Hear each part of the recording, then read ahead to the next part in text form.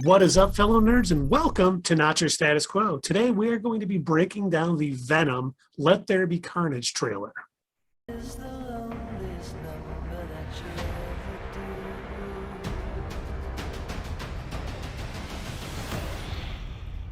ever Opens with Venom making breakfast with a pizza box with the no eating people rule. I wonder how many times this is going to get broken during this movie.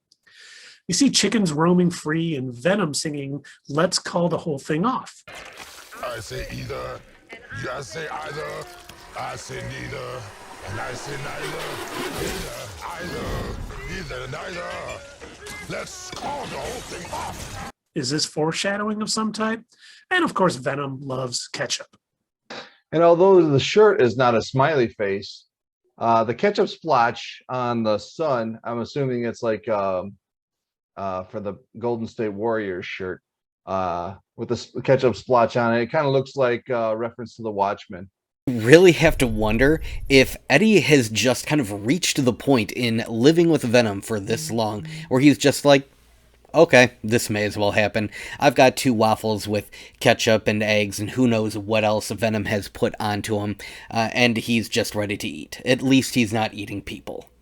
We see San Francisco, and Eddie walks into Mrs. Chen's store, and she says hi to Eddie and to Venom. So it looks like Venom has been accepted by the community, and we get a little Stan Lee sighting on a magazine cover. So, first thing that I notice, okay, me, Keith, and Dave, we're all here from Michigan. If you've watched any of our previous videos, you probably know that. You've probably seen in a couple of our older videos, we've got the Michigan flag in the background behind us. So, obviously, the first thing that I kind of hone in on is Eddie Brock walking into the convenience store, and of course, he's wearing the Detroit jacket. I really hope that's not Lions, because if anybody knows, anything about the Detroit Lions, they're terrible, unless that's just supposed to imply that he's still a loser. I really don't know. I also love how Eddie and Venom are just a part of the neighborhood at this point where everybody knows who they are and talks to them as if, it's just perfectly normal that an alien symbiote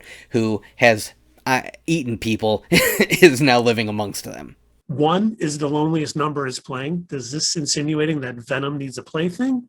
While Eddie is walking into the jail where Cletus is, and we hear the voiceover from him saying that him and Eddie are the same. We know that at some point he bonds with a symbiote.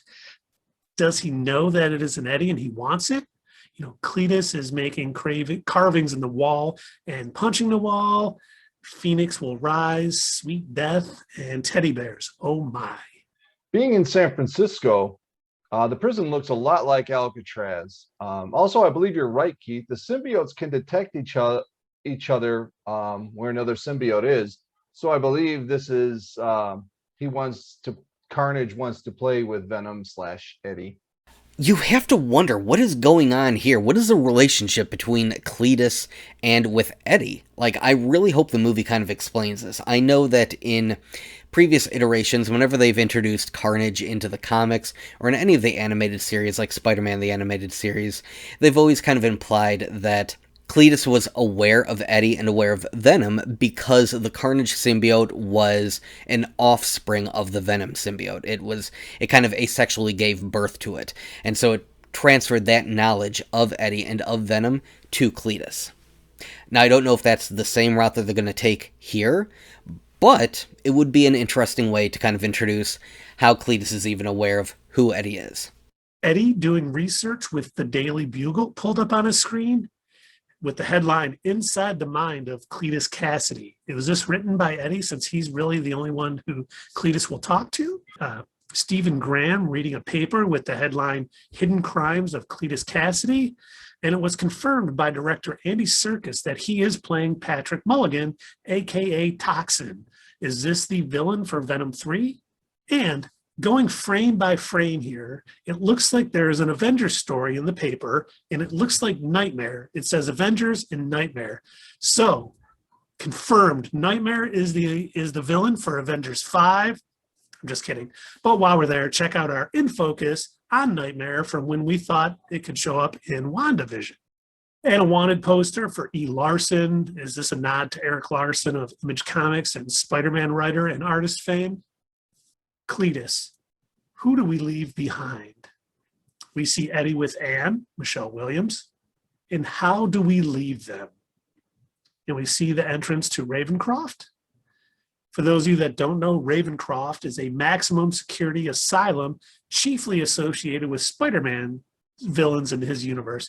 In the comics, Spidey foes like Doc Ock, Electro, Green Goblin, Mysterio, Vulture, and more have been taken in by the asylum, functioning kind of in the same way as Arkham Asylum does for Batman. In the same way Belle Reeve did on Smallville, any character who learned who Clark Kent was, who his real identity was, either ended up dead or in Belle Reeve on Smallville. So it could be the same type of thing on here.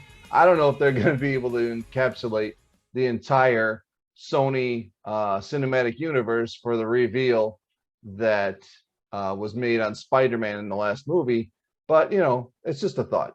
See a shot of Ravencroft. Has a lot to do with Carnage. It's where he's been placed pretty often in the comics and in some of the other animated shows and in other movies and everything like that. But it also has a connection to other Marvel characters, like Moon Knight, for instance. So I wonder if this is going to be some sort of lead-in or tie-in to other movies. Cletus, waiting in the darkness.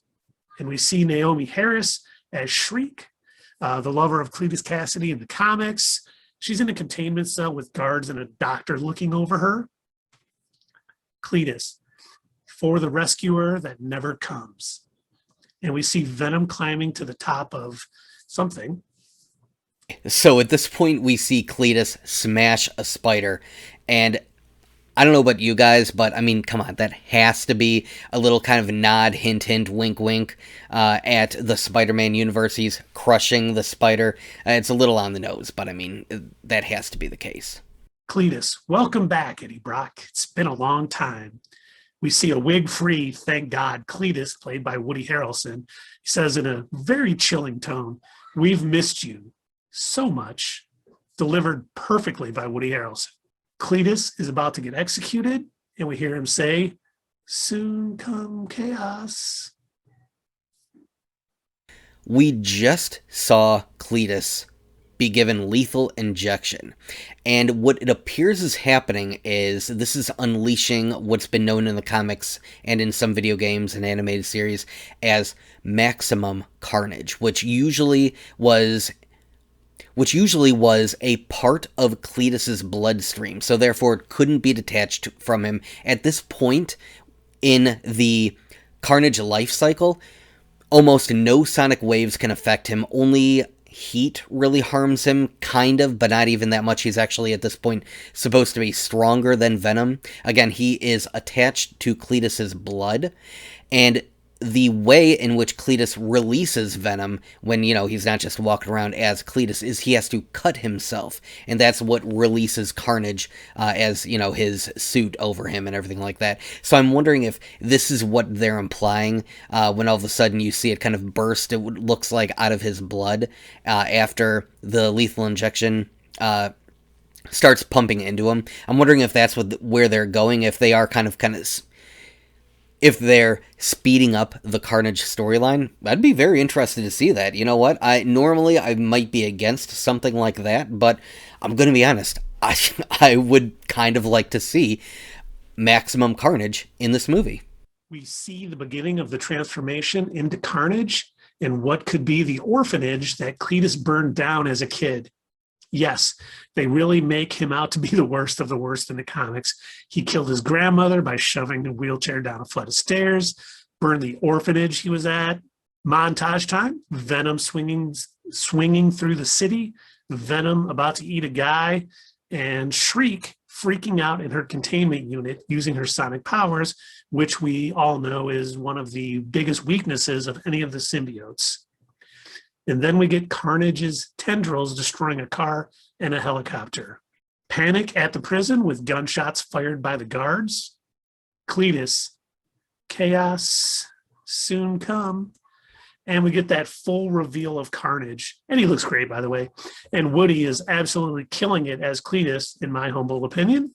ends with Mrs. Chen not getting the chocolate delivery in. And we know from the first movie, Venom's love of chocolate. And is this him about to, well, he's at least asking if he can break the pizza box rule and eat Mrs. Chen. At least this shows that Eddie is in control of Venom still. He could still end up being a good guy, you know, working with teams such as the Guardians of the Galaxy, perhaps, like in the comics. But it shows that if he was not in control, Venom would probably just eat whoever he wanted, including Mrs. Chen. The trailer ends with a shot of Carnage in front of some painted glass. The original Venom movie, I was okay with. It was all right. It wasn't great.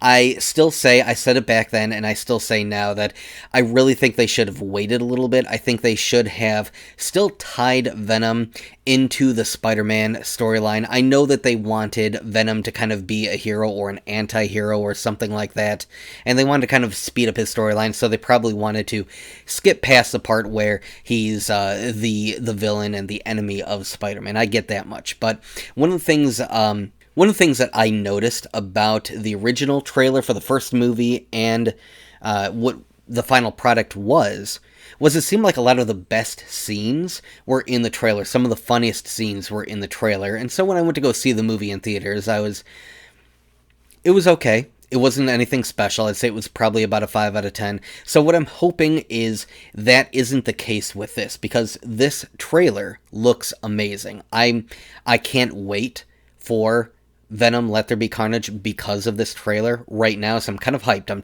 all aboard the Carnage hype train. I just hope that, again, it's as good as the trailer makes it out to be. That's what we saw in the trailer. But what did you guys see? Let us know in the comments below, and we'll see you next time at Not Your Status Quo.